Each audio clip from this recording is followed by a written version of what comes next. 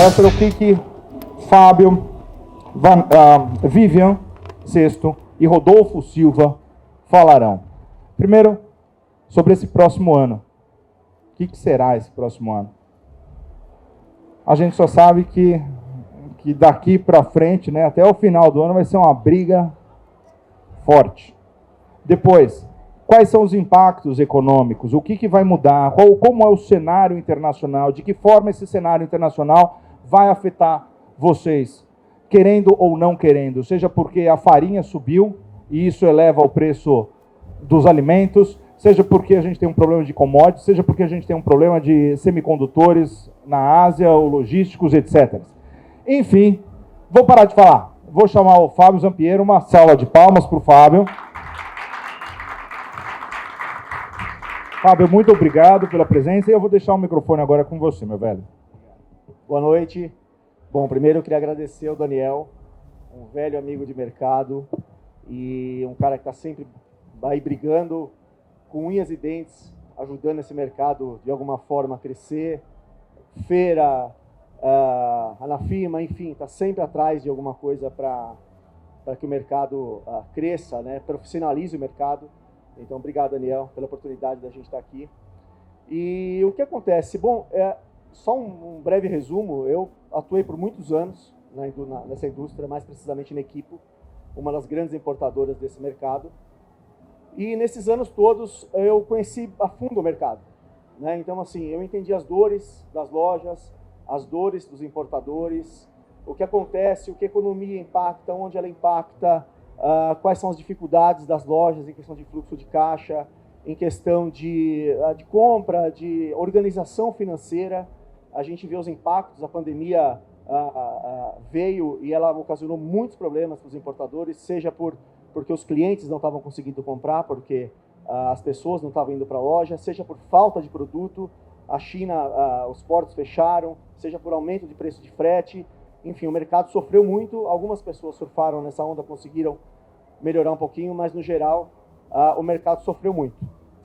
E quando eu saí do mercado musical e entrei no mercado financeiro, e conheci o mercado financeiro e tudo que a XP oferece, eu comecei a pensar, será que não é possível a gente linkar as duas coisas? A gente trazer organização financeira, trazer mais profissionalização financeira para esse mercado? Sim, é possível, né? Então, em conjunto com o Daniel, a gente chegou no modelo de vir conversar com vocês, passar um pouco sobre o cenário econômico, sobre o que o cenário global e Brasil impactam nesse mercado, o que é possível fazer, quais são as soluções possíveis para que esse mercado não sofra tanto com tudo isso que acontece, como profissionalizar a loja, como profissionalizar a importação, como funciona o câmbio, enfim, todos os impactos que geram dentro desse mercado. Então, é isso, a gente está aqui para justamente passar para vocês o que é possível, tá? E eu estou junto aqui com dois craques, o Rodolfo e a Vivian, para falar um pouco. Eu só vim fazer uma breve apresentação, fazer uma breve apresentação institucional para vocês entenderem o que é a XP Investimentos, tá?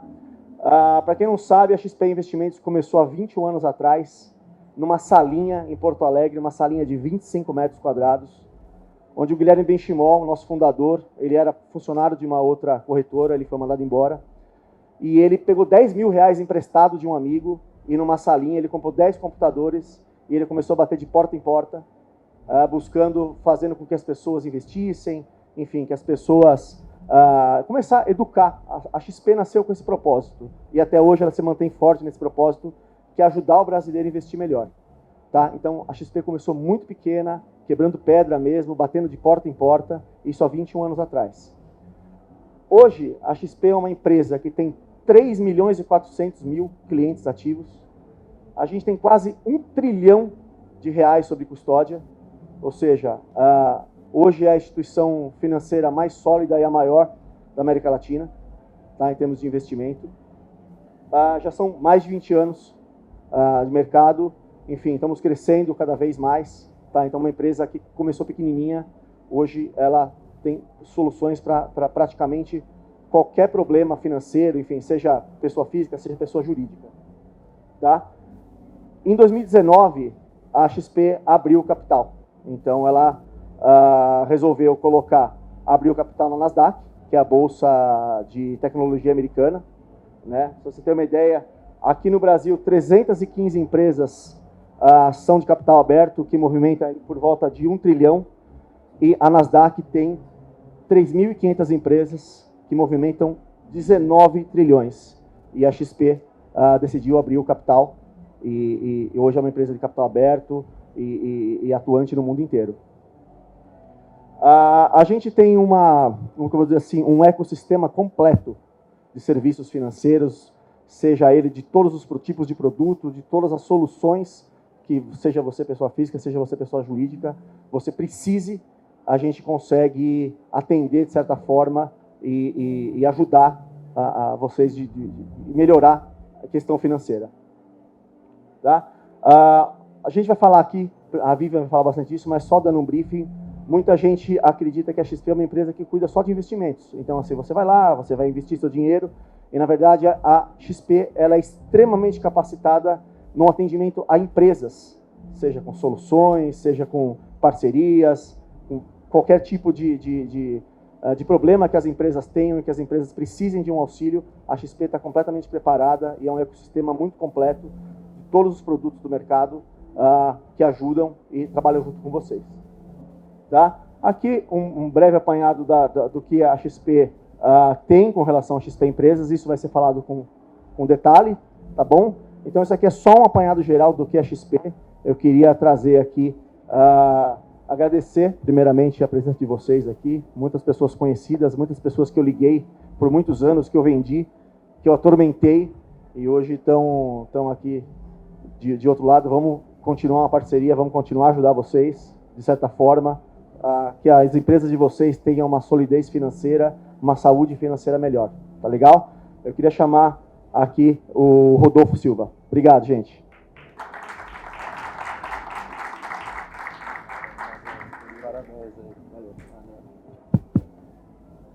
Isso aí, boa noite a todos. É um grande prazer estar com vocês. Também parabéns ao Fábio aí pela desenvoltura, apresentou muito bem essa introdução institucional. Então, cumprimento a todos, Vivian, Dani, obrigado aí pela presença. Depois vou passar o bastão para a Vivian, vai trazer muita coisa bacana aqui sobre as soluções de empresas, como o Fábio já introduziu. Mas o meu papel aí nos próximos 25, 30 minutos no máximo, vou procurar não me estender muito, é abordar cenário econômico e mercados. Eu já tinha trocado uma ideia com o Fábio, ele falou, comenta ali sobre a economia internacional, né? No setor as importações representam bastante, então aborde taxa de câmbio. Então eu vou focar nesses temas, mas claro, falar também sobre crescimento econômico no Brasil, inflação, juros, outros indicadores macro que afetam bastante o nosso dia a dia. Antes de começar a passar aqui alguns slides, eu trouxe basicamente 15 slides sobre cenário econômico. Tem uma citação que eu gosto de utilizar, uma frase que era de Ariano Suassuna, vejam só, não foi economista, mas foi um dos mais brilhantes pensadores, filósofos, artistas da nossa sociedade. E ele dizia, o otimista é um tolo, o pessimista é um chato, o bom mesmo é ser um realista esperançoso. Por que eu trago isso? Porque no papel de um economista, né, muitas vezes visto como aquele profissional de uma fala super técnica, fechada, rebuscada, e não é o nosso papel. Eu acho que os economistas têm que comunicar, tentar traçar cenários de uma forma clara, direta, né, bem objetiva, simples. Né? Então eu gosto de trazer essa frase, e também pelo fato de que a gente vê na mídia, né, ou todos nós discutimos economia. Eu brinco que economia e futebol todo mundo sabe, né, um pouco sempre discute, e o nosso papel aqui não é ser o otimistinha, ou aquele economista amargo, lá, azedo, como muitos falam. Não, é tentar traçar de uma forma acurada como a gente acha que a economia vai se desenvolver. A gente no dia a dia, seja investidor, pessoa física, seja empresário, né, gestor, a gente tem que tomar as decisões com base em projeções sobre o que vai acontecer na economia, no setor, na nossa empresa, nosso cotidiano. Eu acho que a melhor forma é tentar transmitir o que a gente vê como mais provável de realização. A gente tem que reconhecer que os riscos existem. Né? Nenhum economista ou outro analista imaginava no final de 2019 a pandemia. Né? Todo o choque que a gente sente, as consequências até hoje. Pouquíssimos falavam sobre o estouro da guerra na Ucrânia no início de 2022.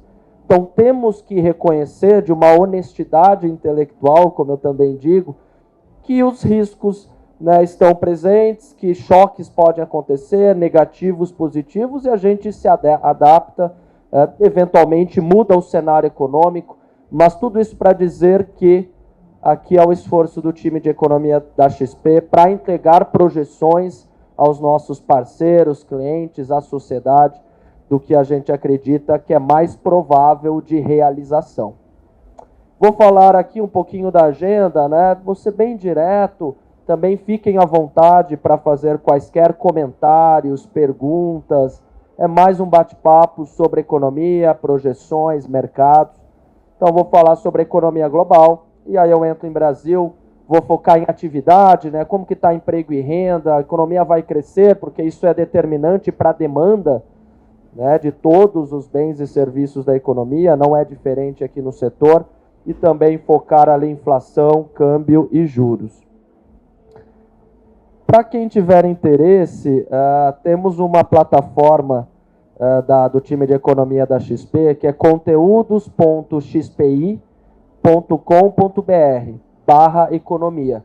Aqui eu vou abordar, né, de uma forma resumida, e de novo, me coloco à disposição, vou ficar por aqui também se surgir alguma dúvida adicional, mas nesse portal nós temos muitas projeções de Brasil, de mundo, bastante detalhadas, em inglês, em português, apresentações como essas, planilhas de expectativas. Aqui é apenas um resumo do que a gente vai abordar. Por exemplo, na primeira linha, o PIB do Brasil, né, a soma de riquezas produzidas no nosso país, deve crescer este ano algo como 2,8%. No início de 22, a expectativa era de quase zero. Então, aqui eu não estou falando que resolvemos as questões estruturais do nosso país. Muito pelo contrário, ainda tem muito desafio para a nossa sociedade, para a nossa economia. Mas nessa chamada volta cíclica, depois da pancada da pandemia, a gente está mostrando certa resiliência. A economia continua avançando, alguns setores ainda sentem mais do que outros, é verdade. O meu papel aqui é mais macroeconômico, mas tem algumas surpresas no campo positivo. Mas eu vou falar bastante sobre câmbio, né? Economista é famoso sobre errar a projeção de câmbio, todas as piadinhas são verdadeiras, fazem sentido, mas quando dá certo a gente precisa reforçar. Já há algum tempo a gente projeta um câmbio entre 5 e 5,30 reais por dólar. A gente documentou isso num relatório no final de janeiro deste ano. Eu vou abordar a perspectiva para a taxa de câmbio, entre outros indicadores. Começando com a economia global, e aqui tem muitos processos bem diferentes do que a gente observava até 2019. Eu geralmente digo que economista no Brasil está acostumado a estudar inflação. Nos cursos de graduação, mestrado, doutorado, a gente olha muito para processo inflacionário. Tivemos hiperinflação nos anos 80, começo dos anos 90, ao passo que as chamadas economias desenvolvidas, Estados Unidos, zona do euro, Reino Unido e por aí vai, estavam acostumadas com uma inflação de 2% ao ano, que é justamente a meta dessas economias. Mas o que a gente está vendo desde o início da pandemia, isso foi intensificado aí no período mais recente, é a inflação no chamado mundo desenvolvido. Aqui, resumidamente, eu trago a inflação ao consumidor, que é o equivalente ao IPCA aqui no Brasil, de Estados Unidos, zona do euro e Reino Unido. A gente está falando de 8,3% de inflação americana até agosto, em 12 meses. Saiu, inclusive, nesta semana o dado de agosto. Reino Unido, 10%, zona do euro, 9,5%. É muito acima dos 2% que as economias chamadas avançadas ou ricas estavam acostumados. Então aqui é para dizer, né, e o Fábio introduziu muito bem esse tema, imagino que tem impactado e ainda impacte muito o setor, né, desequilíbrios causados pela pandemia. Né, de uma forma também simplificada, nós sabemos que o valor de algo, de um bem ou de um serviço, é o encontro entre sua oferta e sua demanda. Em 2020, com a pancada da pandemia, fechamento das atividades, houve muita paralisação de produção nas fábricas, em vários setores. Fábio lembrou bem aqui a questão dos chips semicondutores, e abastecem muito, né, o mundo todo, na verdade. Então, setor automotivo, videogame, né, produtos eletrônicos. E nós tivemos interrupção nas chamadas cadeias de suprimentos. Então, para evitar um contágio ainda maior, né, o avanço dos casos de Covid-19, a chamada oferta de matérias-primas, de bens, ficou retraída a partir de meados de 2020. Já a demanda, ela foi estimulada. A gente teve todas essas economias, inclusive o Brasil, cortando fortemente taxa de juros. Hoje a gente tem uma Selic de 13,75%, antes da pandemia 6,5%, em março do ano passado estava em 2%, o menor patamar da série histórica. Nos Estados Unidos chegou a 0%, na Europa negativo e por aí vai. Isso do lado monetário. Do lado fiscal de gastos do governo, a gente viu em todos os países os gastos aumentando, né? No Brasil, que não tem a mesma bala na agulha, a gente viu 300 bi de reais no agregado de auxílio emergencial em 2020, outros programas lançados. Então, tudo isso para dizer que, nos últimos anos, a oferta ficou retraída e a demanda foi muito estimulada. O que acontece com o preço? Ele sobe. É essa inflação historicamente alta, que é o grande temor de cenário internacional e algo que a gente continua enfrentando. Os bancos centrais, os Estados Unidos, né, o Fed, o Federal Reserve, na Europa, achavam que esse processo seria mais temporário, seria passageiro, ficaria ali em 2021. Isso não aconteceu, o tempo foi passando, chegamos a agosto, setembro de 22 e ainda temos esse retrato. Então, o que a gente está observando? O remédio amargo está sendo aplicado e numa dose maior. Eu gosto da analogia de que a inflação é como se fosse a febre no nosso organismo.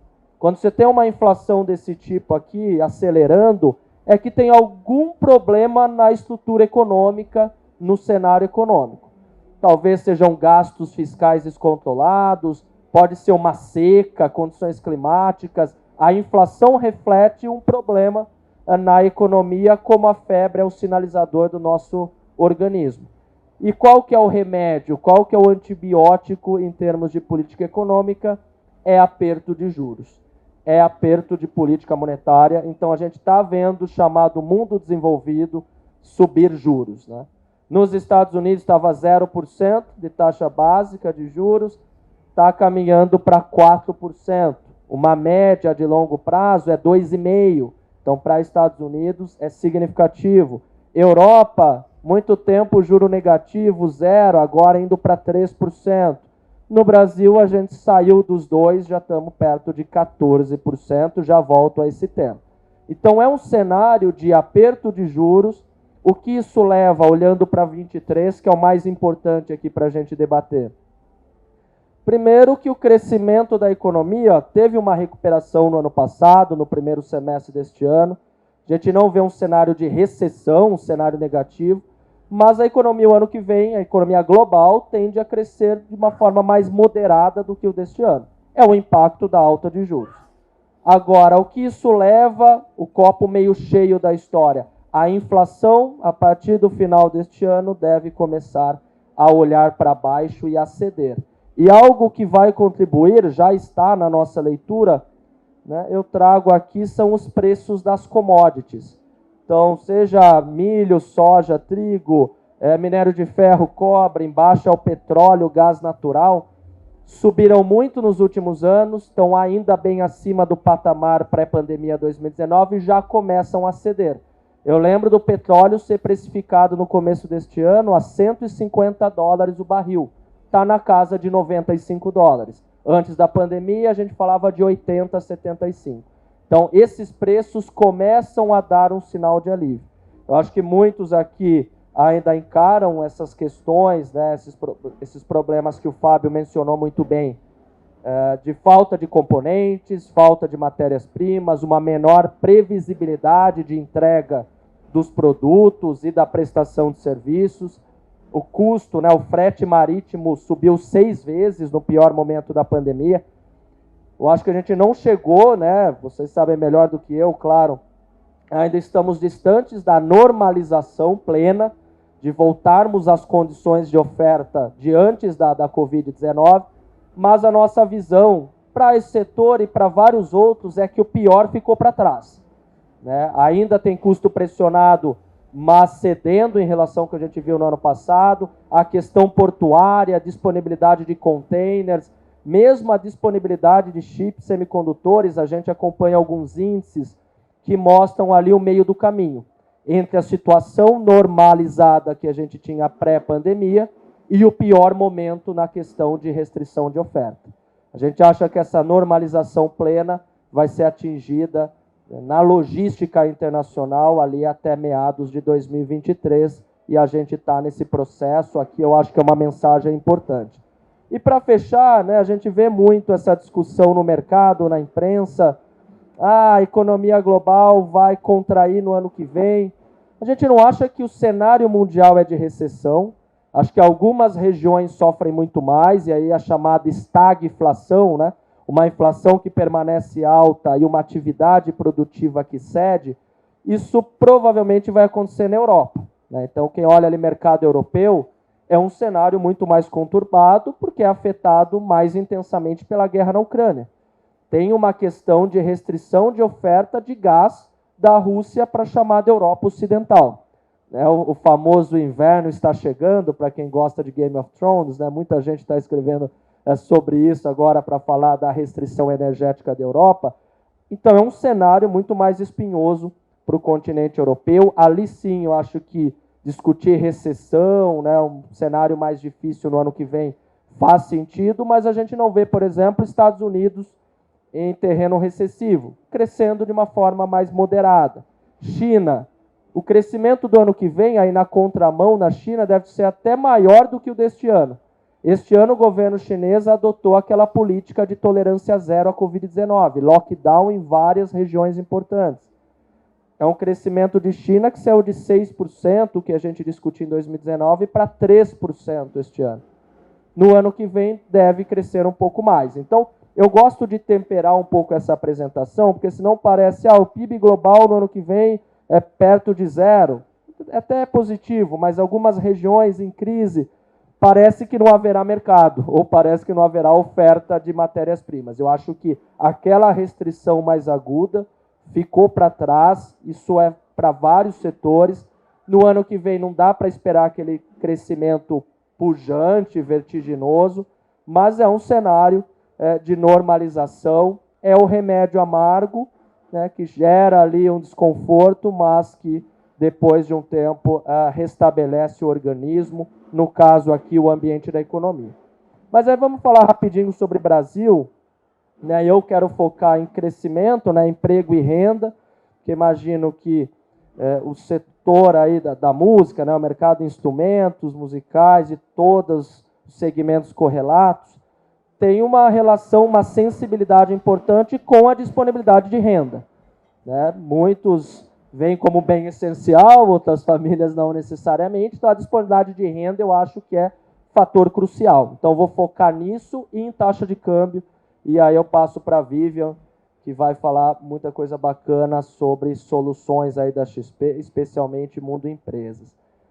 Brasil, e aqui o meu comentário tem nenhum julgamento de valor político, eleitoral, até porque preferência, a opinião do Rodolfo não é o relevante, e sim o time econômico e como a gente vê o cenário. Na questão de economia, o que a gente está vendo recentemente é uma recuperação dos principais setores, né? Teve aquela pancada conjunta em 2020 com a pandemia, muitos estímulos foram, né, do lado fiscal, de crédito, monetários despejados no sistema em 2020 e 2021, e de fato a chamada recuperação em V aconteceu. O economista gosta muito de usar a letra para caracterizar ciclo econômico. O V é aquela queda profunda e uma retomada relativamente rápida, pelo menos no conceito macroeconômico, com diferenças aí setoriais. A gente viu essa recuperação, teve auxílio emergencial, aqueles juros a 2%, algumas medidas de crédito, mercado de trabalho, a economia voltou. No início do ano passado, a chamada segunda onda, fecha de novo fevereiro, março, abril, a gente fica em casa, as vendas caem, e aí desde a reabertura da economia, possibilitada pelos avanços na vacinação contra o vírus, a gente está vendo esse processo aqui. Dados oficiais do IBGE, o setor de serviços em amarelo é o que lidera o crescimento do PIB, da economia do Brasil neste momento. Essa feira tão bacana, estou me sentindo honrado aqui por participar desta edição, ela está acontecendo porque houve a reabertura econômica.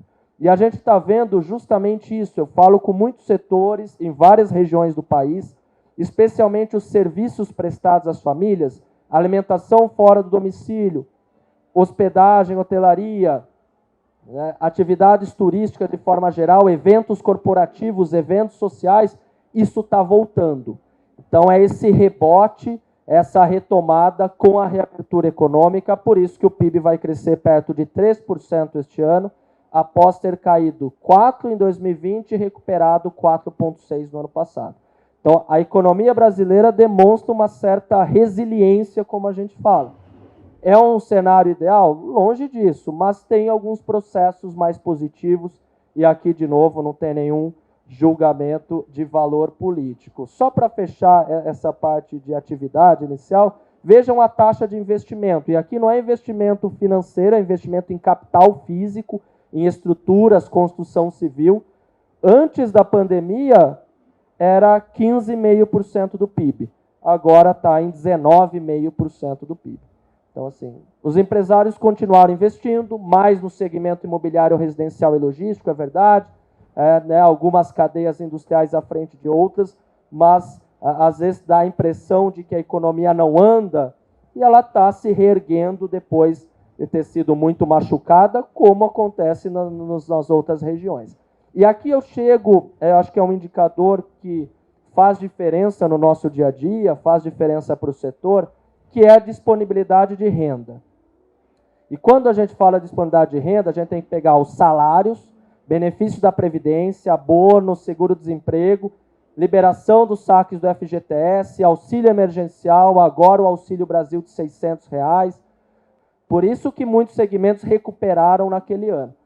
Mas, olhando mais aqui no período recente, a gente acha que a renda disponível total, que é mais abrangente do que os salários, este ano cresce uns 5%, no ano que vem cresce 2,5%.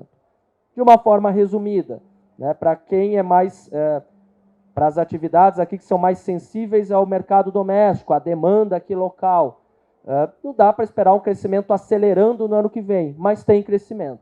Acho que dificilmente vamos discutir a redução de demanda pelos bens, pelos serviços no próximo ano. Só um último dado aqui desse tema, aí eu vou passar mais direto para câmbio.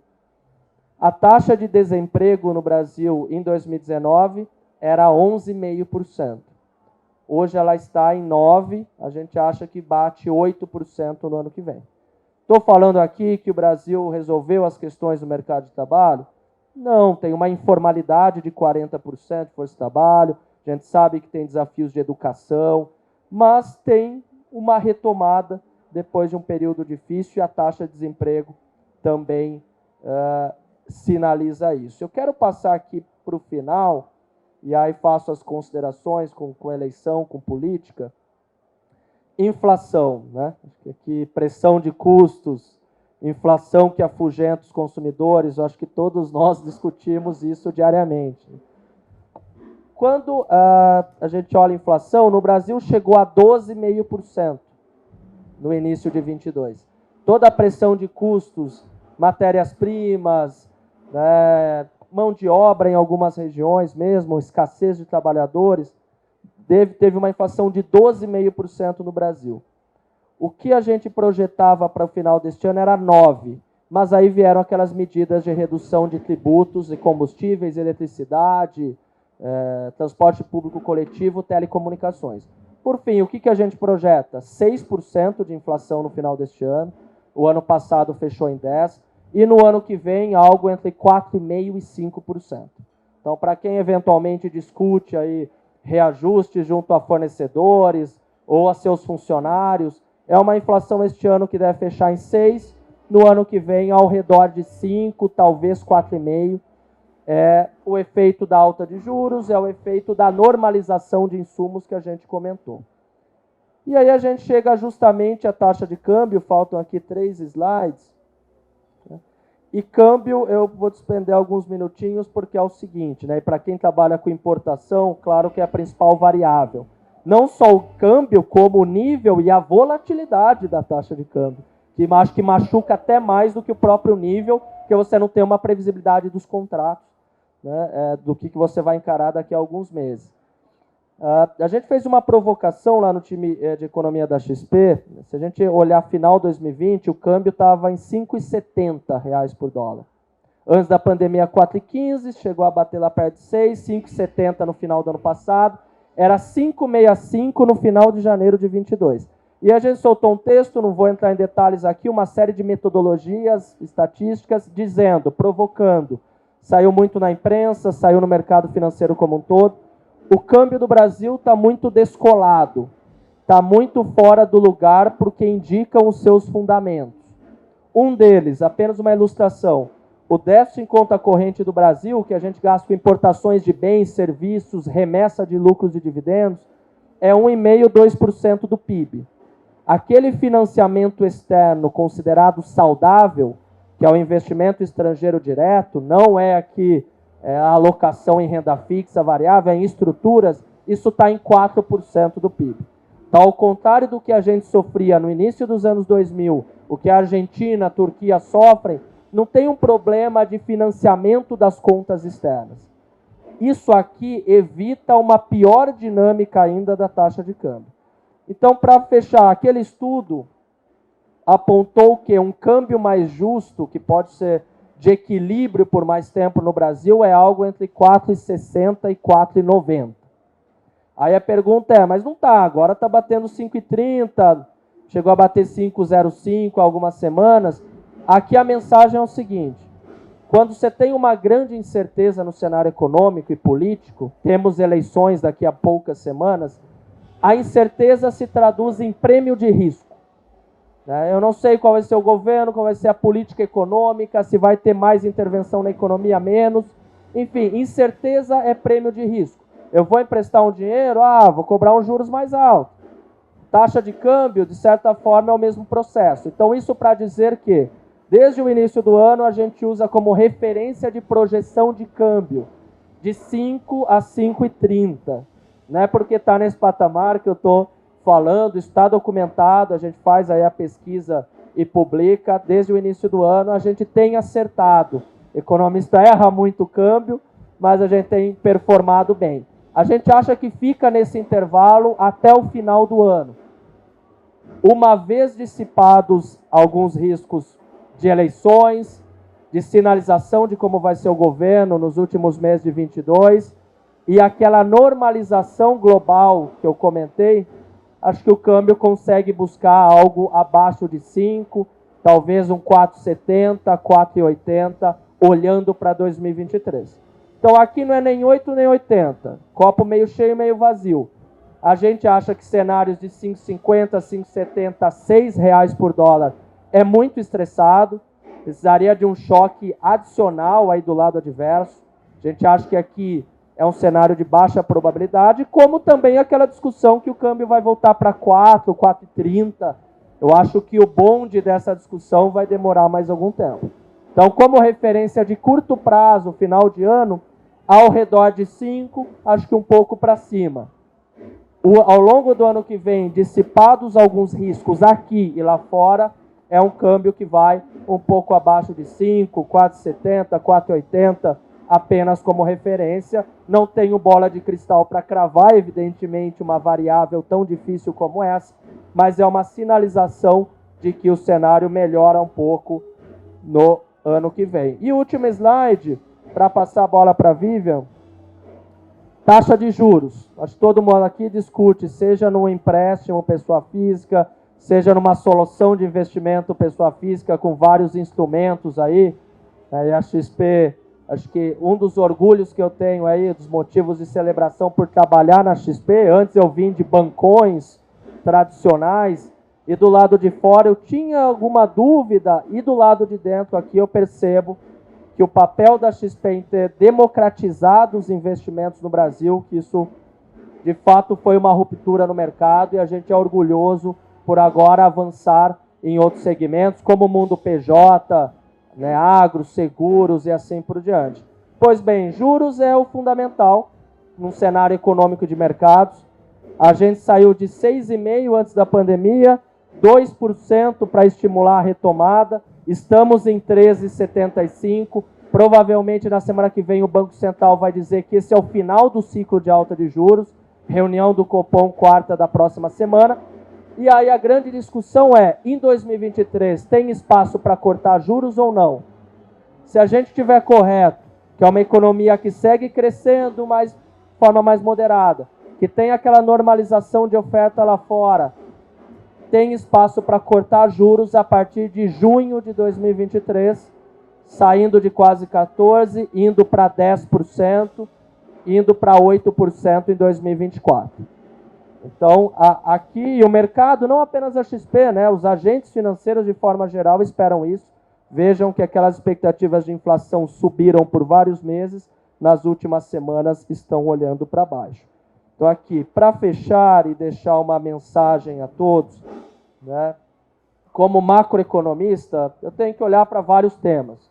Desde a guerra na Ucrânia, a dinâmica da Covid em várias regiões, a eleições no Brasil, a inflação nos Estados Unidos, ao consumo e assim por diante. Mas a principal mensagem que eu gostaria de dizer, o Brasil ainda tem muitos desafios, especialmente controlar contas públicas, melhorar a educação, aumentar a produtividade, mas existem alguns sinais de que a nossa economia está mais resiliente. E este ano eu acho que é categórico nesse sentido. Em termos de eleições, muito se fala, o Brasil pode ir para um lado, né, cenário meio dramático de um lado ou de outro, de uma forma bem honesta, técnica, imparcial.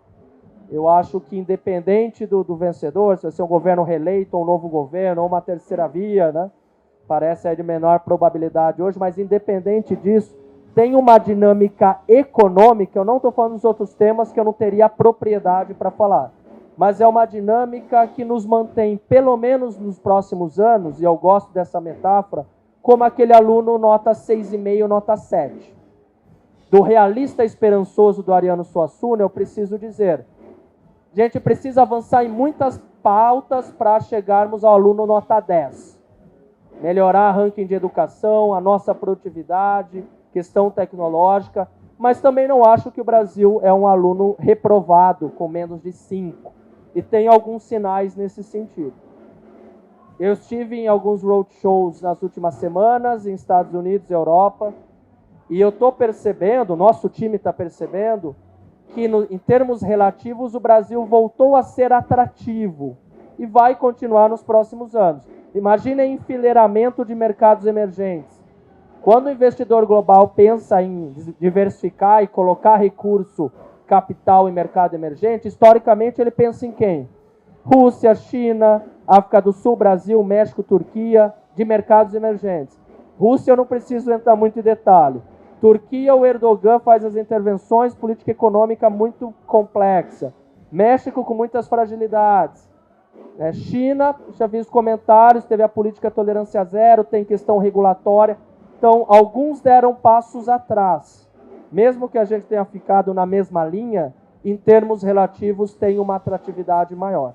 Então, esse é o lado esperançoso, tem alguns sinais de que a melhoria está ocorrendo e muitos desafios que a gente vai ter que encarar juntos, né? Mas, para o setor especificamente, o câmbio não está muito fora do que a gente projeta a médio prazo, acho que vai ceder um pouco nos próximos trimestres, e a questão de disponibilidade de matérias-primas, questão logística, eu acho que o pior ficou para trás de uma forma aí bem honesta. Agradeço a todos pela atenção aí num evento tão bacana como este, Sexta-feira ter que ouvir falar de PIB, câmbio, inflação, não é aí o mais usual. Espero ter contribuído e vou ficar aqui mais um tempo. A gente pode bater papo. Agradeço mesmo pela atenção. Estou às ordens. Vivian, agora passo a bola para você. Valeu, pessoal.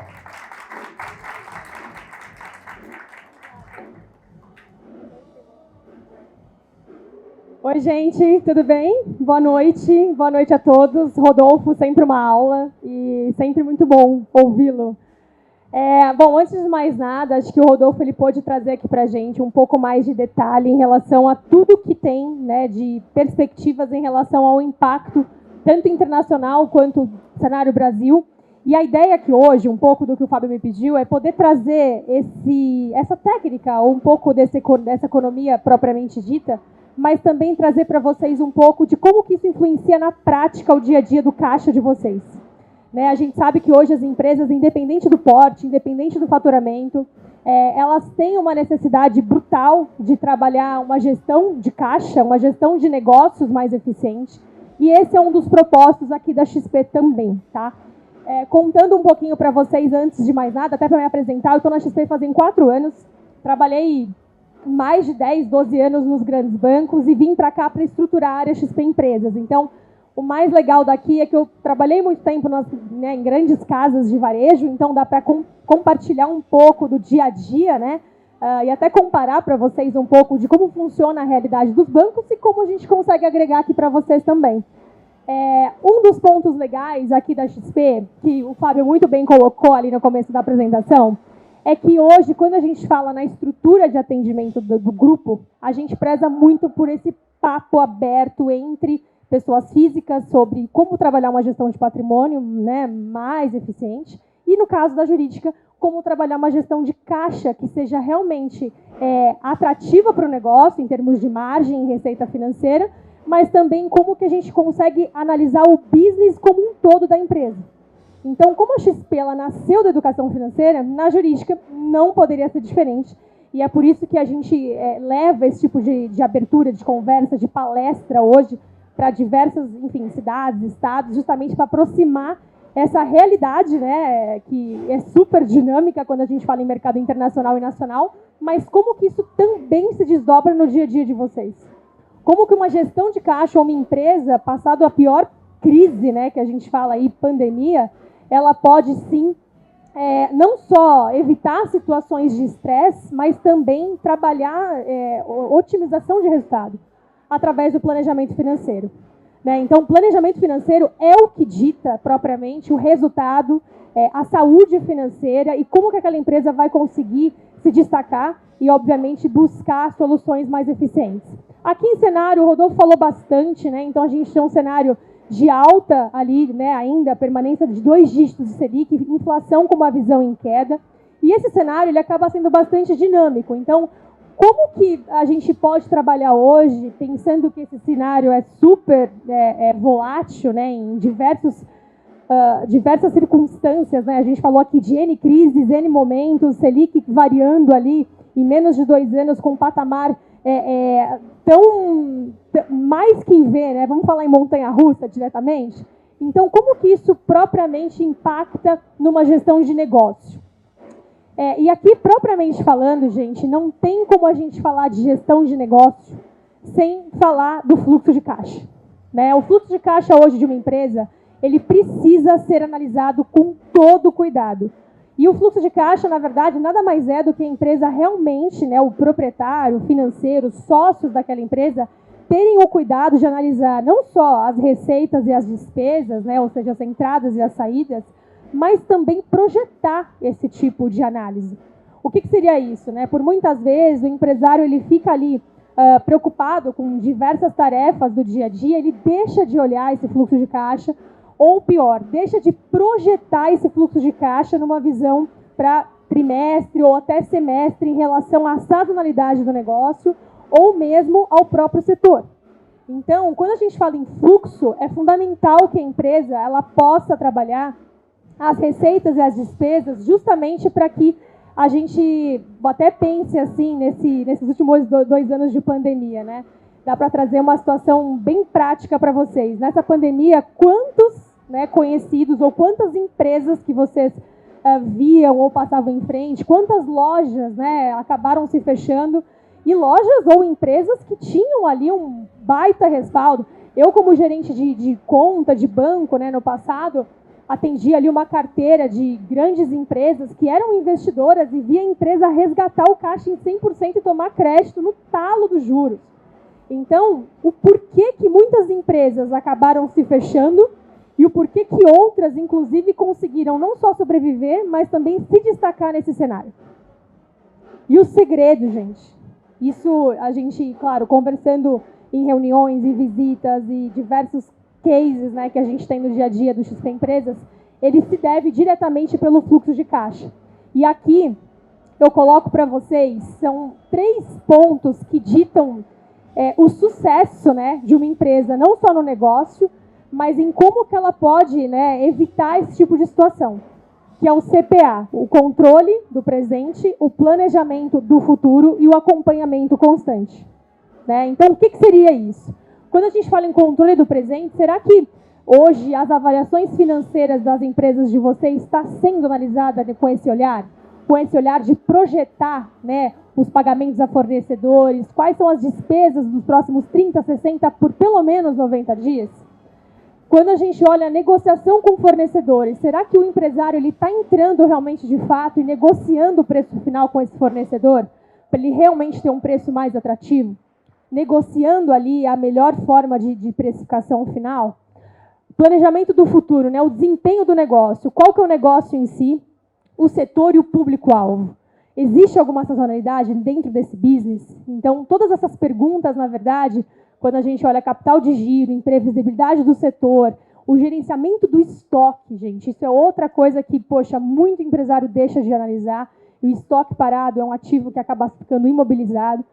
E, por fim, claro, como eu já comentei, o público e a sazonalidade, que é algo muito peculiar, né, a depender aí da empresa, setor, nicho, etc. Ou seja, o controle do presente, o planejamento do futuro e esse acompanhamento constante, eles fazem com que a empresa não só evite tomada de crédito a altos spreads bancários, porque é aquela coisa, né? Quando a empresa está ali, geralmente tentando sobreviver e o empresário vê que não consegue mais de jeito nenhum arcar com fluxo de despesa, nos 45 do segundo tempo, geralmente ele bate lá no banco e fala, cara, não vou conseguir pagar essa parcela, essa PMT. E aí o banco geralmente não vai te dar mais nenhuma opção. Pelo contrário, se ele te der, vai ser com juros assim, super exorbitantes. Então evitem chegar aos 45 do segundo tempo. É muito triste, né, quando a gente, como gerente de conta, e eu já passei por alguns bancos de varejo, né, Real, Santander, Safra, etc., quando o empresário ele deixa para resolver a vida, né, só na hora que a coisa está explodindo. E aí o endividamento bacen daquela empresa está tomado, o endividamento dos sócios já estão tomados, e tudo isso só prejudica o resultado final. Ou seja, tudo que a gente falou de controle de fluxo de caixa, ele vai evitar com que a empresa chegue nessa situação, ou melhor, ele vai auxiliar a empresa a trabalhar uma reserva de fluxo de caixa.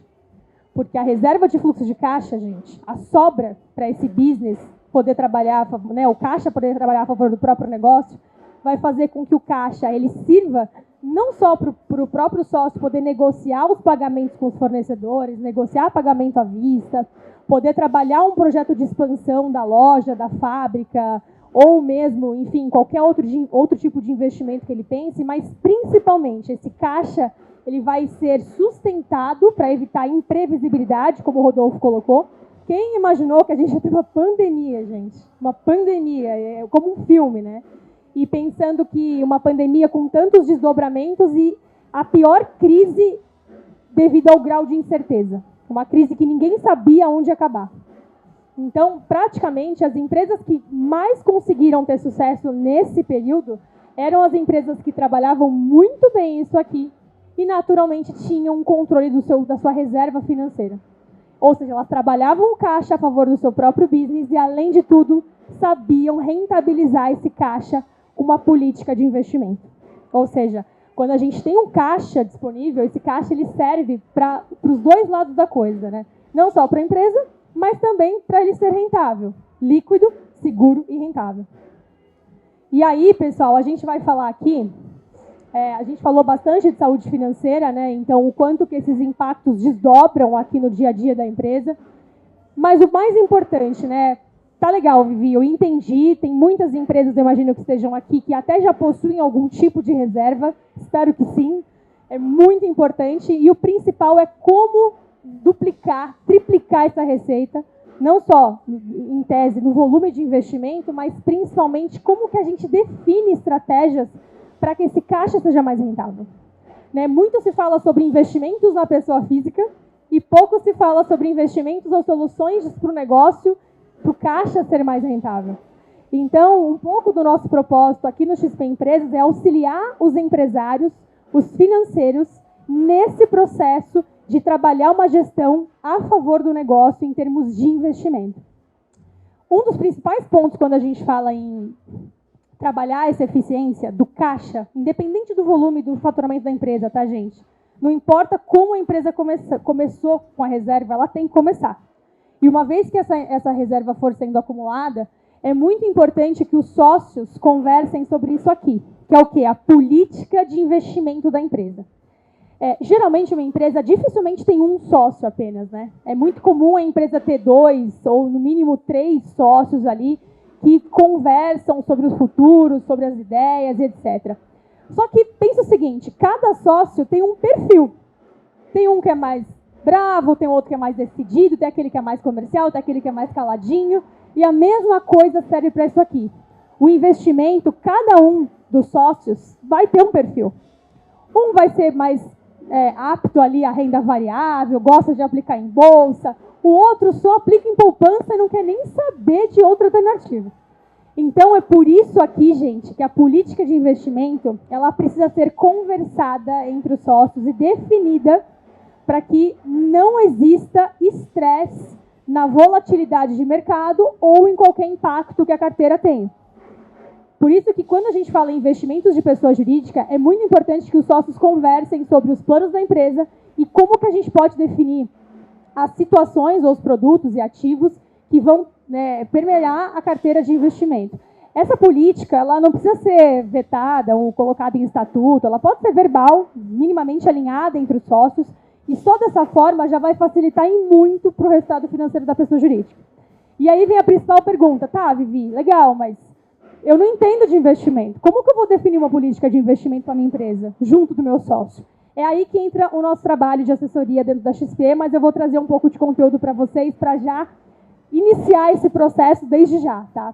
Quando a gente fala em política de investimento, é muito importante que a empresa ela conheça quais são as alternativas de investimento do universo corporativo. Né? Ou seja, por exemplo, renda fixa, né, eu gosto sempre de falar, não é só CDB. Né? Os bancos eles acabam ofertando muito CDB bancário, que é o certificado de depósito bancário, porém, a renda fixa é muito além disso. Por quê, pessoal?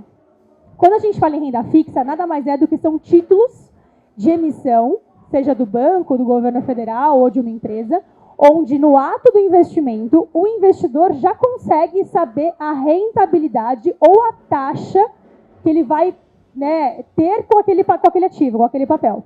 Então, essa é a vantagem da renda fixa. Você já sabe a rentabilidade ou a taxa previamente negociada antes mesmo da primeira aplicação. A grande vantagem aqui é que quando a gente fala em renda fixa, boa parte das empresas só conhece esse quadradinho aqui, ó, que são os títulos bancários. Por que isso? Porque os bancos, gente, por melhor que eles sejam no dia a dia do caixa, né, da empresa ali no atendimento, eles sempre quiseram ofertar os produtos próprios, que é o quê? Os produtos proprietários. Então, cada banco, geralmente, só emite o seu próprio CDB. Então, o Santander tem o CDB do Santander, o Itaú emite o CDB do Itaú. Por quê? Porque são formas do banco captar funding para o próprio balanço.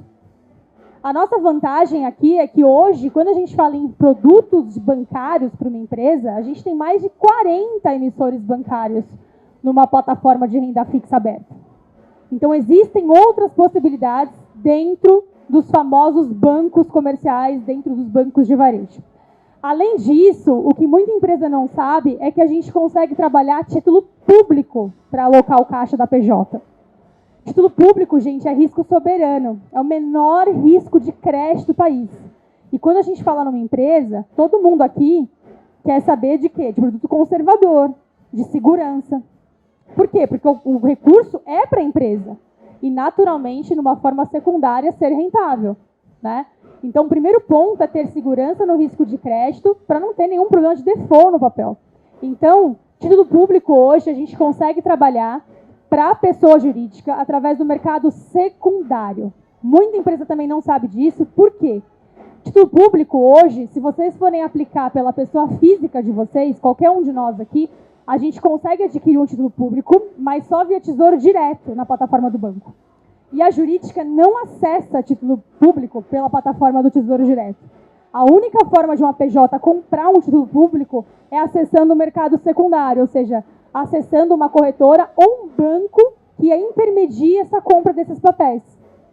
Então é por isso que os bancos eles nunca tiveram tanto interesse em distribuir esse tipo de papel, de ativo, pelo interesse próprio de captar recurso para o próprio funding.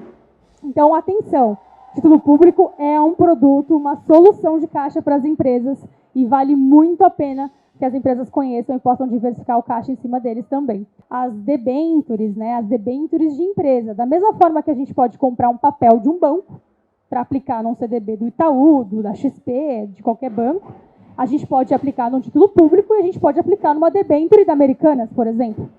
Então, hoje, as empresas elas buscam esse tipo de emissão de dívida para captar recursos para a própria companhia e o investidor consegue também trabalhar uma diversificação através desse tipo de papel em renda fixa. Ou seja, gente, renda fixa não é só CDB. E é por isso que quando a gente fala em opções de diversificação, existem todas essas caixinhas disponíveis para que vocês possam diversificar o caixa. Além disso, existem os fundos de investimento. Então, o que são os fundos? Os fundos são um grupo, né, de cotistas que acreditam numa mesma estratégia e esse fundo ele tem uma gestão própria, ou seja, tem um CNPJ exclusivo onde o gestor compra aqueles papéis e faz a gestão ativa daquela carteira. Ou seja, da mesma forma que você pode comprar um título público, um título bancário ou um privado, você pode, por exemplo, aportar num fundo de renda fixa. Que é exatamente isso que o gestor do fundo vai fazer.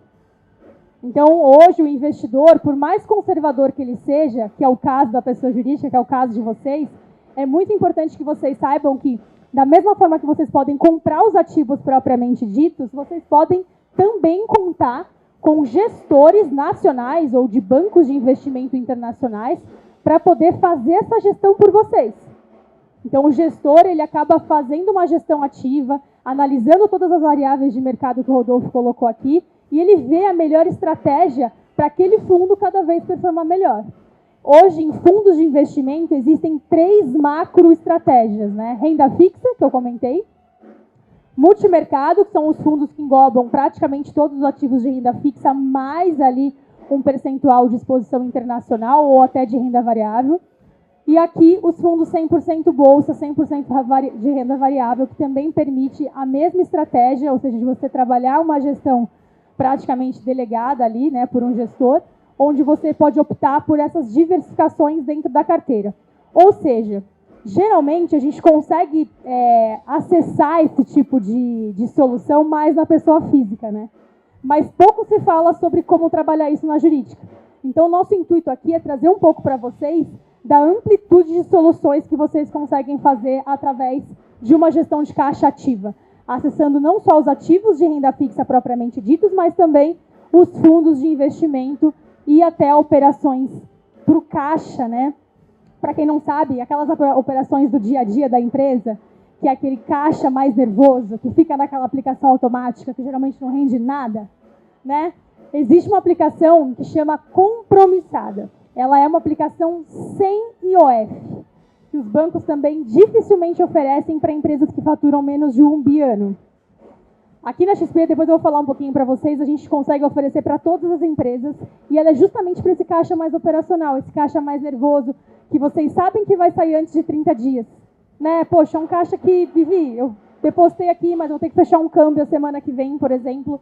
Vai ter um impacto de IOF, né? Se fosse qualquer outro investimento, vai ter um impacto de IOF. Então, seja em renda fixa ou fundos. Esse aqui é compromissada, você não tem um impacto, porque é uma aplicação livre de imposto de operação financeira. Então, é super vantajosa e ela é exclusiva para pessoa jurídica, não tem para pessoa física, tá? E aqui, gente, só trazendo para vocês um pouco do porquê da importância desse papo nosso de gestão de caixa, né? Apesar que, assim, quando a gente fala em cenário Brasil, o Brasil é um país que vem avançando muito, né, nesse tema de investimentos e também na pessoa jurídica. Quando a gente olha esse assunto no mercado americano, o mercado americano é um mercado que vem pelo menos uma década à frente do Brasil no que tange gestão de caixa ativa de pessoa jurídica também. Ou seja, tudo que a gente está passando aqui, a XP ela já fez o trabalho de analisar o mercado americano há 10, 15 anos atrás, e eles passaram por essa mesma transição, ou seja, deixar de trabalhar, né, o investimento propriamente dito nos bancões e ter um acesso a uma plataforma mais ampla que possa trabalhar uma acessibilidade de investimento e de retorno mais eficiente para a empresa. Então, a gente está realmente passando por esse momento de transição e é aí que a XP acaba auxiliando vocês no dia a dia, tá? Aqui só alguns números em relação a como funciona, né, esse momento Brasil versus a diversificação no mercado lá fora. Então, o quanto as empresas lá fora, elas já possuem uma diversificação muito maior em bons, em ativos de crédito privado, como eu comentei. E aqui, gente, acho que é o ponto principal que eu gosto sempre de ressaltar nas minhas conversas com os clientes e nas palestras que eu tenho a oportunidade de fazer. Uma vez entendido as soluções de investimento, o principal ponto aqui não é só entender a solução, é o trabalho do empresário, do financeiro, com o nosso assessor, em saber reconhecer quais são alguns conceitos importantes para trabalhar essa gestão de forma ativa, de forma realmente eficiente, né? Então, quais são os principais conceitos para uma empresa ter uma gestão de caixa mais eficiente? O que um empresário precisa tomar o cuidado e tomar muita atenção para ele conseguir ter mais eficiência nos resultados desse caixa, independente do volume, tá, gente? Primeiro ponto aqui, escalonamento de liquidez. E eu sempre deixo ele como primeiro tema, porque realmente é um trabalho muito mais feito para a empresa do que propriamente, no caso, feito pela empresa, do que a XP para o cliente. O escalonamento de liquidez nada mais é do que o empresário analisar realmente com muito cuidado a questão do fluxo de caixa e, através disso, desenhar, né, o caixa operacional, o caixa nervoso e separar isso do caixa projetado e conseguir trabalhar essa escalabilidade, projetando as expectativas de saída ou até de entrada. Ou seja, o escalonamento de liquidez é o que vai dizer, e é o que as empresas dizem para a XP ou para qualquer parceria que eles queiram fazer na gestão de caixa mais eficiente, os prazos que a gente vai conseguir trabalhar a favor dessa carteira. O prazo, muito bem distribuído, ele vai trabalhar a favor do rendimento dessa carteira, desse portfólio. É muito diferente de uma empresa que não tem uma análise do fluxo do caixa minuciosa, e aí ela acaba naturalmente ficando refém do fluxo de caixa ali do dia a dia e só pede aplicação em liquidez diária. E aí, em liquidez diária, obviamente, o range de ganho, o spread e a taxa final que vocês vão ter no investimento vai ser muito menor. Então, trabalhem o prazo a favor do retorno. A carteira de uma PJ, ela não precisa ter grandes riscos. A gente pode trabalhar esse caixa de forma organizada, mas para isso é muito importante que aquela primeira lição de casa que eu falei sobre CPA, o controle, né, o planejamento e o acompanhamento sejam feitos. Senão, a gente não consegue chegar nesse primeiro conceito aqui, que é trabalhar o escalonamento de liquidez. E o escalonamento, gente, só voltando aqui um slide para frente, nada mais é do que essa situação aqui, ó. 95% das reuniões que eu faço, e hoje, quando a gente fala em XP Empresas, a gente atende empresas de faturamento de 500 mil, 1 milhão ano, até 2, 3 bi ano, né? Empresas de todos os portes. Salvo as empresas de capital aberto, a grande maioria das PJs estão nessa situação aqui, ó. 100% do caixa disponível numa liquidez diária.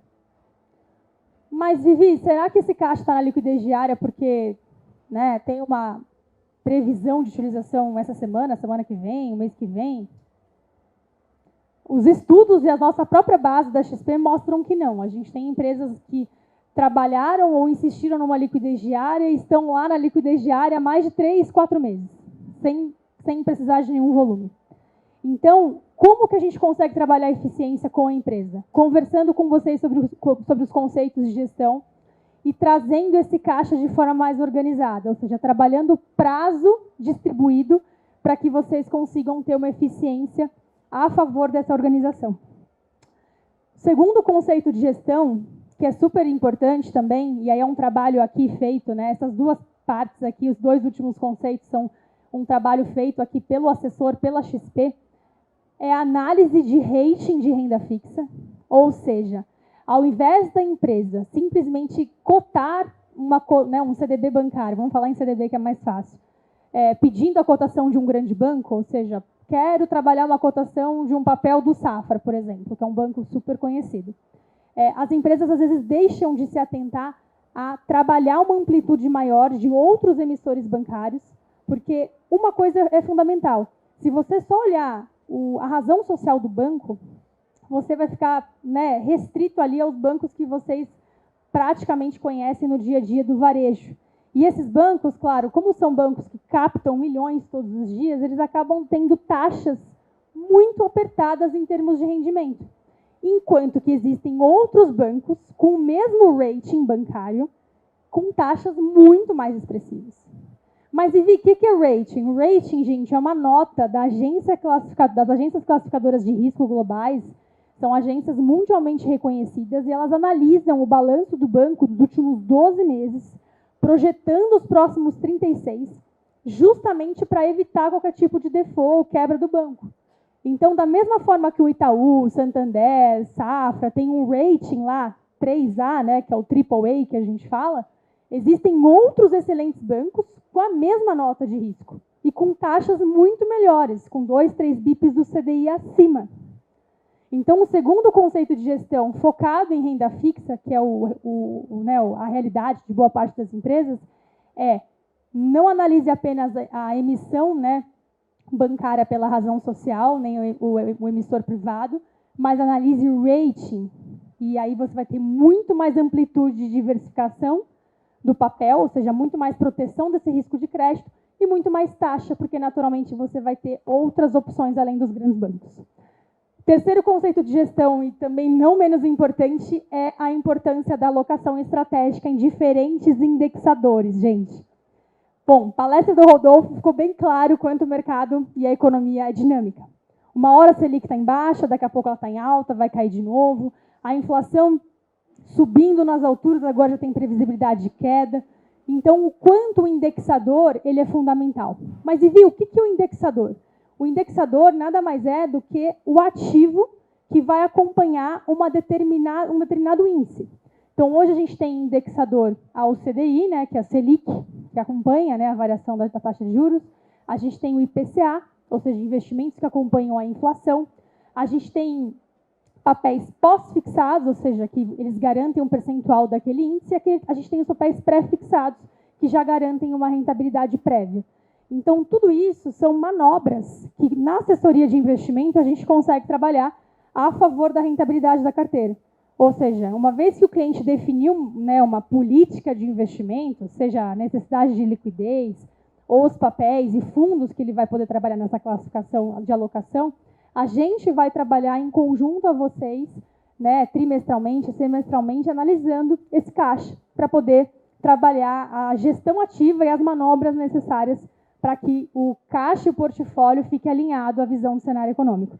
Então, esses 3 conceitos são fundamentais, porque assim a gente consegue garantir maior amplitude de ativo, proteção do risco de crédito, como eu comentei, porque risco de crédito, boa parte das empresas, até as gigantes, elas sempre diversificam emissores, porque é fundamental não ter concentração dentro de um único emissor, ou seja, nunca colocar, né, todos os ovos na mesma caixinha, né? Até as grandes companhias fazem isso, colocam distribuição de volume máximo por banco emissor, então eles têm representatividade em política ou estatuto. Então é um pouco disso que a gente traz para o dia a dia de todas as empresas, auxiliando vocês em como as grandes companhias fazem, o que elas acessam, e tudo que elas acessam vocês também conseguem acessar aqui pela XP, porque a plataforma ela é única, tá? E aí, falando aqui já na prática, o planejamento financeiro, então, ele dita todo esse ecossistema vital que eu comentei com vocês, de como o caixa ele é fortaleza e como ele pode ser um divisor de águas, né, na vida de qualquer companhia hoje. E aí, falando um pouquinho aqui de XP Empresas, né, talvez matando a curiosidade de vocês, já partindo aqui para a parte final. Hoje, o XP Empresas, a gente tem o propósito de trazer essa transformação, né, ou seja, colocar o empresário para realmente transformar o seu negócio, né? Por que isso? Porque a gente sabe que boa parte das empresas não tem esse olhar, né? Como eu comentei, é uma questão até cultural porque os bancos nunca levaram esse papo de gestão de caixa para dentro das empresas. O financeiro das empresas tem toda uma atribuição do dia a dia que não é fácil e acaba não conseguindo ter tempo de administrar, né, o caixa junto dos sócios. Então, essa transformação ela vem muito em linha com o propósito que a gente faz aqui pelo XP Empresas, tá? De forma assim, bem resumida para vocês, hoje o grande diferencial da XP é que o cliente, quando ele tem o caixa, ele não precisa aplicar na XP. Ele pode aplicar na XP ou ele pode aplicar através dela, né? Então, isso muda muito o jogo. Por quê? A XP ela se tornou a maior plataforma de acessibilidade de investimento hoje para o universo corporativo também. Então, para vocês terem uma ideia, hoje em renda fixa, que são aqueles papéis, né, públicos, bancários e privados que eu comentei com vocês, a XP ela acessa pelo menos 30 emissores bancários. Então, a gente tem bancos nacionais e bancos internacionais. E essa mágica de acessar esses bancos, pessoal, eu gosto sempre de explicar essa parte, porque talvez, mesmo eu que sou do mercado financeiro, eu só consegui entender como que funcionava quando eu cheguei aqui na XP. Então, além do CDB-XP, a XP ela consegue acessar os bancos por um mecanismo chamado mercado primário e secundário. O que é isso? O primário é a nossa mesa de tesouraria, ligando e contatando os principais bancos, porque alguns desses bancos eles precisam e querem, têm interesse em distribuir seus papéis pela XP, porque são mais de 3 milhões de clientes ativos. Então, é uma forma desses bancos captarem recurso próprio. Então, a nossa mesa de tesouraria tem relacionamento com esses bancos. A gente negocia o volume, negocia a taxa e coloca na plataforma como um intermediador para essas grandes casas, esses grandes bancos.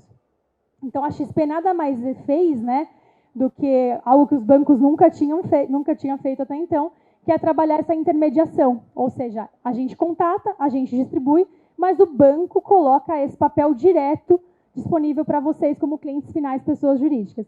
Então, hoje a gente consegue acessar esse mercado primário, que é, de certa forma, o grande player, né, da acessibilidade da XP. E o segundo mercado é esse aqui de baixo, ó. É o mercado secundário. O mercado secundário, gente, é o que faz... Não sei se alguém aqui tem conta na XP, na pessoa física? Opa, um ali, dois... Não sei se vocês dois já repararam, mas se vocês logarem na plataforma da XP, pessoa física ou jurídica, em renda fixa, vocês conseguem, às vezes, acessar papéis do Bradesco, papel do Safra, papéis até desses grandes bancos. E como que essa mágica acontece? O Bradesco quer emitir pela XP? Estranho, né? Eles não precisam da gente para isso. A mágica acontece porque a XP acessa um mercado secundário, que é o que? Um mercado institucional de investidores. Quem que está nesse mercado institucional? As gestoras, as fundações, as seguradoras, as gestoras dos fundos. Esse mercado são os investidores profissionais que vendem seus papéis ali para fazer a gestão dos seus portfólios. E a XP, como investidor profissional, compra esse papel e coloca na distribuição da plataforma. É por isso que a gente consegue acessar papéis dos grandes bancos. Não é que o Bradesco está emitindo pela XP. A gente comprou esse papel, que já foi emitido em algum momento, compra e coloca na plataforma para distribuição. E aí algum outro cliente consegue adquirir pelo mercado secundário. Hoje, esse mercado, a gente tem praticamente 70% do fluxo de todo o mercado secundário do Brasil passa pela mesa da XP. Então, por isso que as grandes oportunidades de investimento, elas estão na nossa plataforma, graças a esse mecanismo, né? Por isso que eu gosto sempre de explicar. E, por fim, fundos de investimento. Aqui a grande atratividade, né, que além da XP Asset, que é a nossa própria asset, é óbvio que a XP também tem, né, assim como Itaú, Safra, etc. Mas a grande diferença é que a gente consegue trabalhar esse número já subiu para mais de 130 gestoras parceiras. A gente tem aqui parcerias com JP, BNP Paribas, Credit Suisse, Crédit Agricole, ou seja, os maiores bancos, né, e gestoras nacionais e de bancos de investimentos internacionais estão com a gente aqui na plataforma. Ou seja, o cliente XP Empresas hoje, independente do volume, mais uma vez, tá? Ele consegue acessar, inclusive, essas grandes casas. E esses grandes bancos, alguns que eu comentei, se vocês forem diretamente na gestora, certamente eles só abrem relacionamento para empresas de porte middle, high middle, corporate ou private. Então, pela plataforma da XP, mais uma vez, a mágica acontece porque essas grandes casas utilizam a plataforma da XP como uma vitrine de distribuição, dado o fluxo que a gente tem de clientes ativos na base. E aí, mais uma vez, quem sai ganhando são os clientes, né? Pela amplitude que a gente tem de solução. Então, poxa, Vivi, mas a minha empresa é super conservadora, eu só aplico em CDB de liquidez diária e, poxa, a minha ideia é trabalhar uma diversificação em fundos, né, renda fixa, com uma liquidez mediana. Mesmo assim, vale a pena? Poxa, hoje quando a gente olha fundos de renda fixa, a gente tem mais de 40 fundos de renda fixa na plataforma. Ou seja, como se a empresa pudesse aplicar em pelo menos 40 bancos distintos que tenham uma diferente estratégia, estratégias descorrelacionadas, para que vocês consigam ter mais eficiência e o principal, consigam trabalhar o escalonamento de liquidez também em fundos. Lembra aquele assunto que a gente falou de como organizar o caixa, né? Hoje, os fundos eles não se limitam só em liquidez D0 ou D1, ou seja, liquidez imediata, né? Pediu resgate, crédito em conta. Existem fundos que dão a liquidez em D mais 10 dias, D mais 15 dias. Mas, Vivi, qual que vai ser a vantagem de eu pôr num fundo com resgate em 15 dias se eu posso ter um fundo de resgate em um dia? A vantagem, gente, é que os fundos geralmente, mesmo que seja a mesma estratégia, né, um fundo de liquidez imediata e um fundo de liquidez em 15 dias, por exemplo, geralmente o gestor ele tem muito mais propriedade e manobra de trabalhar uma eficiência de resgate e, por isso, geralmente fundos de liquidez um pouquinho maior, ele vai conseguir ter uma diversificação de portfólio e uma saída mais interessante que vai dar mais retorno do que um fundo de liquidez. Então, atenção, bancos geralmente só oferecem fundos de liquidez D0 ou D1, e isso nem sempre é legal. Ele às vezes te limita no ganho, sem necessidade, porque tem muita empresa que aplica em fundos de liquidez de D0, D1, e tem um caixa que não precisa utilizar, que tem um caixa com previsibilidade. E se essa empresa tem previsibilidade e tem organização, ela pode trabalhar um caixa escalonado que tem o prazo a favor do retorno. Tá? Então, a amplitude de acesso às nossas assets traz não só essa vantagem de diversos gestores, mas a vantagem de vocês acessarem diversos prazos escalonados em fundos de todas as classificações, e isso faz toda a diferença aí para o dia a dia. E aqui, partindo para o fim mesmo, gente, é o que o Fábio comentou ali no início em relação a XP Investimentos. Não é só investimentos, né? Hoje é XP Inc., com bolsa aberta em Nasdaq, um banco pronto. A gente tem como DNA trabalhar a gestão de caixa, auxiliar as empresas nessa questão de fluxo, abrir o horizonte, a mente dos empresários, dos financeiros e auxiliar em todas essas etapas. Esse é o nosso propósito mesmo, mas a gente entende que para uma gestão ser eficiente, né, como por completo, não adianta só olhar o investimento em si, né? E hoje, passado aí quase 15 anos, 16 anos, nem sei quanto tempo eu já trabalhei em banco, é muito claro isso para mim, né? Os bancos, eles, por melhor que sejam, eles sempre estão ali trabalhando algumas linhas pré-aprovadas, créditos específicos, créditos que nem sempre seriam a melhor alternativa para aquela empresa naquele momento, né? Ou é o cheque empresarial, ou é a conta garantida, ou é um crédito ali com aquela taxa, não tem outro bolso, enfim. Aqui na XP, além dessa parte de investimento, que é o nosso carro-chefe, né, como a gente gosta de falar, a gente tem diversas vantagens que trazem, né, para o dia a dia da empresa uma solução realmente melhor. Por quê? Hoje a gente consegue acessar diversos bolsos de crédito diferentes. O que significa isso? Hoje eu tenho crédito via banco, eu tenho crédito via FDIC, eu tenho crédito via mercado de capitais. Então, hoje, a XP ela consegue trabalhar de acordo com o faturamento da empresa, o momento, o histórico, né, de números, e, naturalmente, o volume, né, do crédito que ela precisa, pela necessidade. A gente tenta identificar aonde que essa empresa melhor se enquadra para trabalhar o melhor bolso. Ou seja, a grande diferença da XP é que a gente não tem linha pré-aprovada. Aqui o cliente ele abre a conta, não tem tarifa nenhuma, mas ele não vai ter linha pré-aprovada. Ele vai ter uma conversa com o assessor e se ele precisar de alguma tomada de linha, de recurso para captação, a gente vai entender os números, entender o balanço, pedir as demonstrações financeiras, seguir um fluxo de NDA, se for necessário, de no disclosure de informação, e aí sim a gente vai refletir sobre as possibilidades para esse bolso. Por quê? Porque hoje a gente tem linhas de crédito que podem ser feitas com garantia de investimento na jurídica, com semi-garantia. Existem linhas com possibilidade de garantia numa aplicação de COI, né, que é um certificado de operação bancária que dão CDI, né, a taxa zero, né, CDI zero na cabeça. Existe a possibilidade do investidor que tem recurso na pessoa física trabalhar o crédito cruzado na jurídica, ou seja, a gente libera o crédito na jurídica e faz a garantia pelo investimento na pessoa física, coisa que boa parte dos bancos não fazem. Ou seja, o banco ele realmente ele separa o cliente, né? O cliente, a pessoa física, tem um atendimento, o cliente, a pessoa jurídica, tem outro. Aqui a gente olha o cliente como um todo. O assessor, ele olha o grupo econômico. Ele pode ser assessor não só ele pode, né, ser assessor da empresa, mas ele pode também ser assessor da pessoa física. E essa visão de grupo é o que faz a diferença aqui, porque hoje os sócios é o que reflete o resultado da empresa e a gente consegue ver o todo para poder verificar a melhor parte do bolso. Além dessa parte de crédito propriamente, né, dita, a XP também acessa a parte de mercado de capitais. Então, para empresas que querem fazer uma expansão, precisam de volumes mais relevantes, 30, 40 milhões de linha, hoje a gente tem o acesso ao mercado de capitais, ou seja, coisa que antigamente os bancos ofertavam só para empresas gigantes, né, as large corporate. Hoje a gente já consegue desmistificar esse acesso, ou seja, empresas de faturamento acima ali de 40, 50 milhões de anos, a gente já consegue descer bem essa régua para que as empresas consigam emitir uma dívida, ou seja, estruturar um CRA, um CRI, uma debênture, irem a mercado, distribuírem esse papel e terem um custo muito mais atrativo do que propriamente uma CCB bancária. Tá?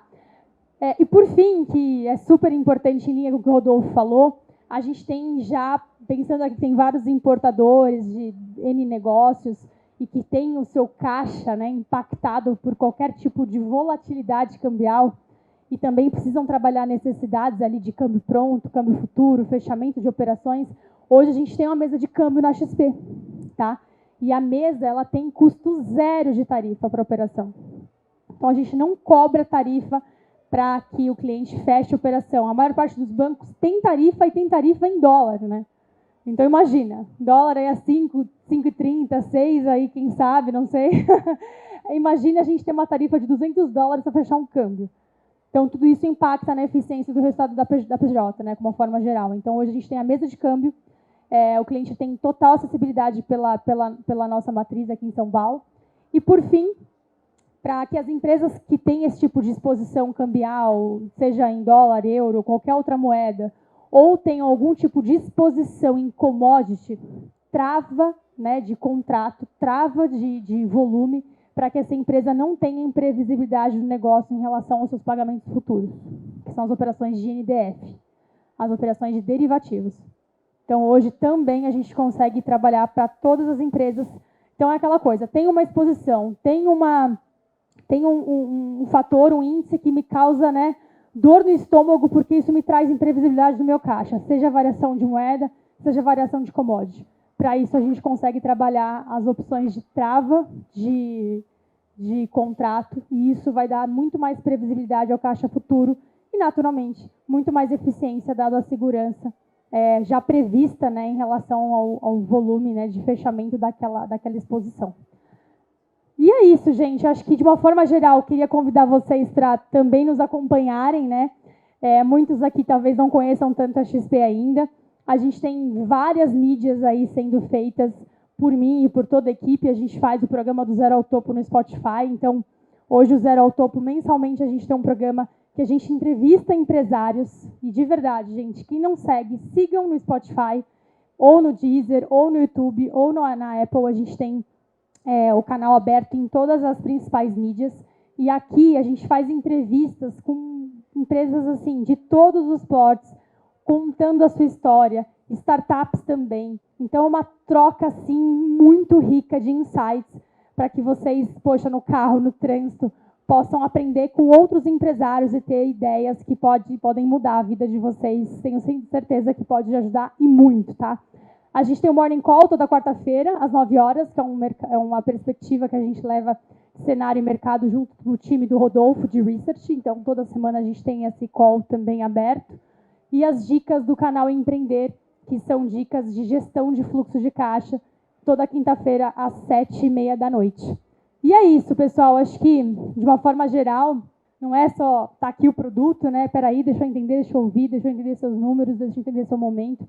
E, para isso, a gente tem um trabalho incrível de assessoria, justamente unindo o melhor dos dois mundos, que é o quê? Unindo o melhor de um assessor que faz um trabalho muito próximo de uma estrutura de family office. Eu sempre gosto de contar isso, porque o family office ele tem aquela estrutura de atender o grupo econômico como um todo, seja pessoa jurídica ou física. Então, ele não tem um conflito de interesse segregado. Então, isso é muito legal. Mas o melhor também de atender vocês com um banco de investimento acoplado, um banco comercial, que vai ter todos os especialistas que eu comentei aqui em todas essas chaves de produtos para conversar com vocês, entender o melhor momento, conversar com um analista do setor e poder auxiliá-los. E é isso, eu queria encerrar chamando o Dani, chamando o Fábio, para poder falar um pouquinho aqui e encerrar a pauta de hoje. Agradeço a presença de vocês mais uma vez.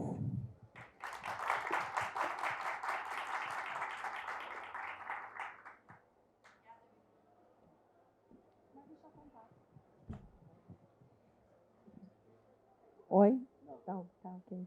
Gente, boa noite. Vou ser mais breve ainda do que todos aqui. Primeiro, eu queria parabenizar a Vivi, trazer uma pauta tão importante. Né? Agradecer ao Daniel pela oportunidade de estar com a XP aqui, nesse evento, né? E o tempo de vocês, que é o mais precioso. Né? A gente está aqui numa sexta-feira, né, de muito trânsito, demorei para chegar aqui, apesar de morar aqui do lado. E eu queria me apresentar e me colocar à disposição, assim como o Fábio, que faz parte agora da minha equipe, e contar em poucas palavras o que é o segmento que eu represento hoje. Bom, eu estou no mercado financeiro há 22 anos, não façam conta, eu falo que eu entrei aos 11 nesse mercado. Estive em grandes casas, né, em grandes bancos, 3 grandes bancos. Um deles trabalhei, tive a oportunidade de conhecer o Rodolfo, né, em uma dessas casas.